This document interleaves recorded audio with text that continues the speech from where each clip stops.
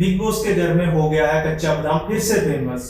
इस बार अंजलि की वजह से नहीं, विशाल की वजह से हुआ है। अरमान ने, जो कि कृतिका और अरमान जो हस्बैंड वाइफ गए हुए हैं, पायल भी थी, पायल अभी evict हो चुकी है। अरमान ने जो है विशाल को चिढ़ाया है कि कच्चा बादाम पे वीडियो बनाता है। उसके कंटेंट को लेकर उसने उसके साथ जो नोकझोंक हुई है। तो उसके साथ साथ हुआ है बिग बॉस के घर में जुओं का मुद्दा बन गया है। शेरू जो एक सॉफ्ट टॉय है उसका मुद्दा बन चुका है।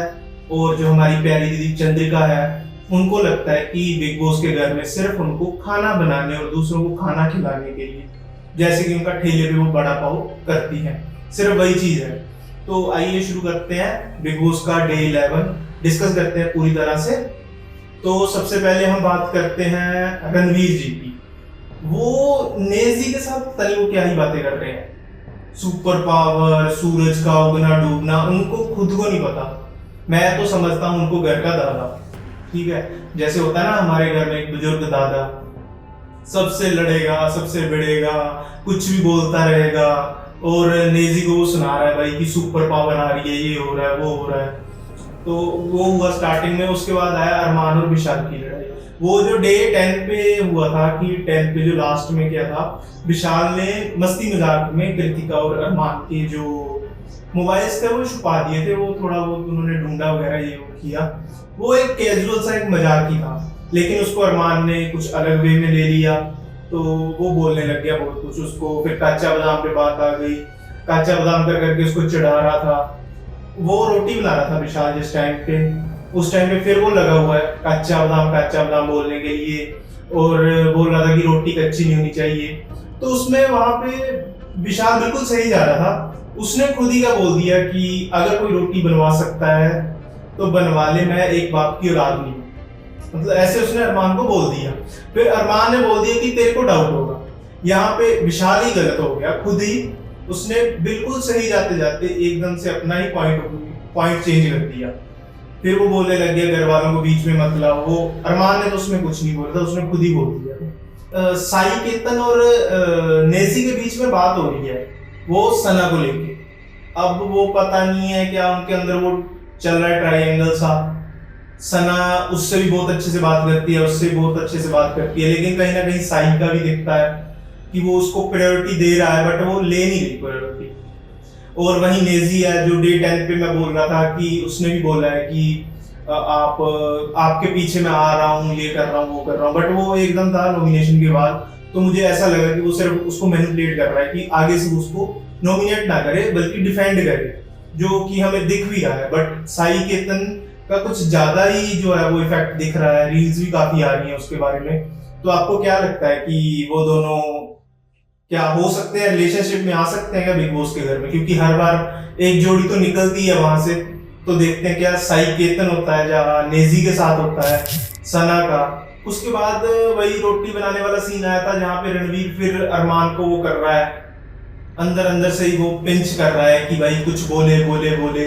और सिर्फ उनको एक विशाल का मुद्दा ही चाहिए, वही कर रहे हैं वो दोनों कि बस विशाल को टारगेट कर लो और तो हमें कुछ नहीं। अरमान का तो मेरे को समझ भी नहीं आ रहा है कि भाई तू तो नॉमिनेट भी नहीं है, फिर क्यों तंग कर रहा है इसको। और उसके बाद नेजी की वैसे ज्यादा तो बात होती नहीं है किसी से, बट वो फिर वही सना को एक कोने में ले गया था, मतलब जैसे बैठते ही है वो एक कोने में। तो वहां पे वो उसको बता रहा है कि भाई मेरे को तो आना ही नहीं था, मेरे साथ वाले तो भाई आया ही क्यों है। मेरी तो यही पॉइंट है भाई, अगर तू आया है तो उस चीज की तू अप्रिशिएट करना। फिर उसको बैठ के वहां पे डिफेंड ही करी जा रहा है, मुझे आना नहीं था, मुझे लाया गया है, मुझे ये है, मेरे एल्डर ब्रदर ने मना कर दिया, मेरे इस ब्रदर ने बोल दिया कि आजा आज ये कर वो कर। भाई आया है ना तो अच्छे से खेल उस गेम को। तेरे को डिफेंड भी सना वहां पे नहीं कर पाई थी इसी वजह से कि तू कुछ बोलता नहीं है। बाद में उस चीज को अकेले में बैठ के डिफेंड करेगा तो मजा सा नहीं आता। तो भाई जो चीज है वो सामने टू सामने एक बार सामने बैठ के ना क्लियर कट कर दिया अगर उसको। फिर वही होता है ना कि हाँ बाद में कहीं कोने में जाके बैठ के उसको सोल्व कर रहे हो तो बाकी घर वालों को नहीं ना पता वो चीज। तो आपको उस चीज पे थोड़ा सा अपने ऊपर देखना चाहिए, वर्क करना चाहिए, तो आप काफी अच्छे जा सकते हो। बेशक आप में विनिंग क्वालिटी है, वो सभी घर वाले भी बोलते हैं कि आप विनर हो, बट विनर बनने के लिए आपको जो मेहनत करनी पड़ेगी वो तो भाई आपके वही है। क्वालिटीज होने से क्या होता है अगर आप उस चीज को आगे ही नहीं रख पाओगे किसी को, अब बात कर लेते हैं सना की। सना कभी इधर बैठ जाती है, कभी उधर बैठ जाती है। वो क्या बोलते हैं उसको, मेरे को तो याद भी नहीं आ रहा। बिन थाली का व्यंजन, जो कभी इधर कभी उधर, कभी इधर कभी उधर, बस वही चल रहा है सना का। वो स्टैंड ले रही है बट फिर वो उन्हीं से धोखा खा रही है। उधर बैठ रही है तो दूसरे उसको बोल रहे हैं, दूसरी तरफ जा रही है तो दूसरे बोल रहे हैं, अरमान वगैरह। जो अरमान और विशाल का जो अलग ग्रुप बना है ना, उसके बीच में अगर कोई फंस रहा है तो वो सना है, क्योंकि सना को सबसे बना के रखनी है। बट उसको ये भूल रही है कि अगर वो सबसे बना के रखेगी तो सब जगह से ही वो धोखा खाएगी। तो अब बात कर लेते हैं अरमान जी की। ये है घर में आया हुआ वो फूफा जिसको बस मुंह फुला के बैठना होता है, अपनी मौज मस्ती करनी होती है। बस घर में क्या हो रहा है, कुछ हो रहा है, उसको कुछ मतलब नहीं है। बस जब देखेगा किसी को पिंच कर देगा, कुछ कर देगा, वो हिसाब है इसका।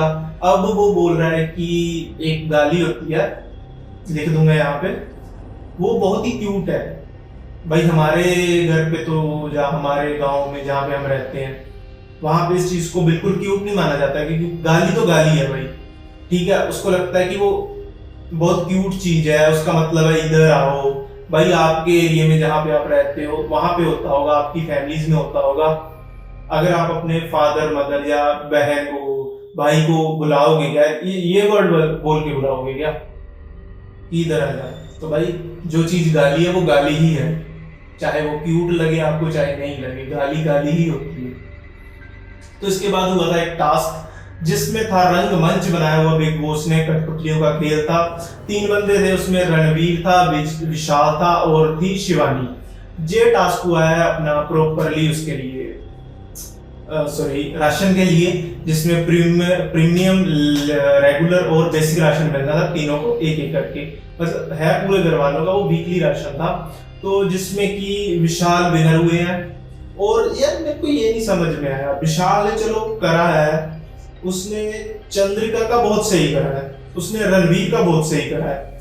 चंद्रिका का बोला उसने कि नॉमिनेशन से पहले, नॉमिनेशन के बाद, वो बिल्कुल सही करा उसने, ठीक है। क्योंकि वो पहले भी, क्योंकि चंद्रिका को लगता ही यही है कि वहां पे सिर्फ रोना धोना और बस कुछ नहीं।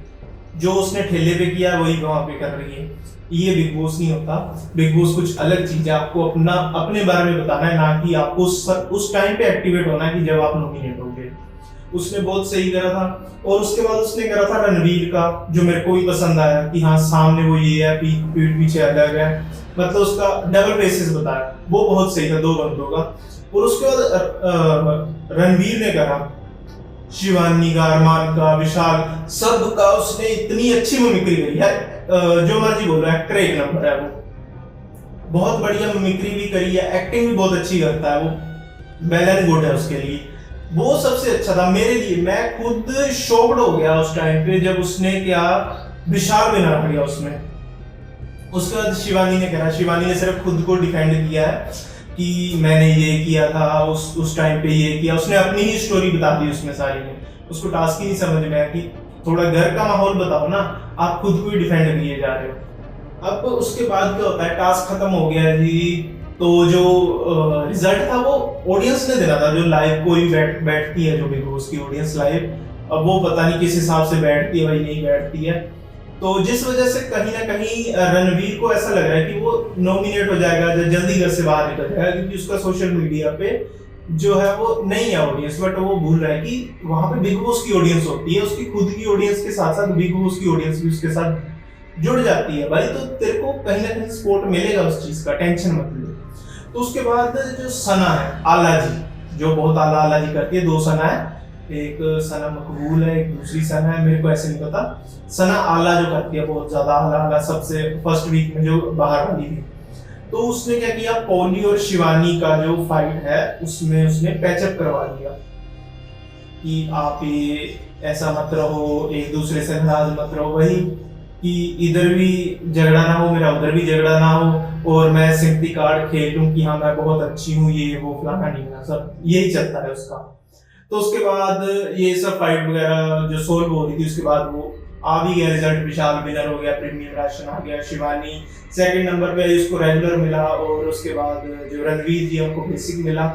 इस सब में जो बिग बॉस के घर के बाहर वाला था उसने पूरी ही गेम चेंज कर दी, जो हमारे कटारिया जी हैं, तो उन्होंने अपने हिसाब से जो राशन मंगवा लिया था।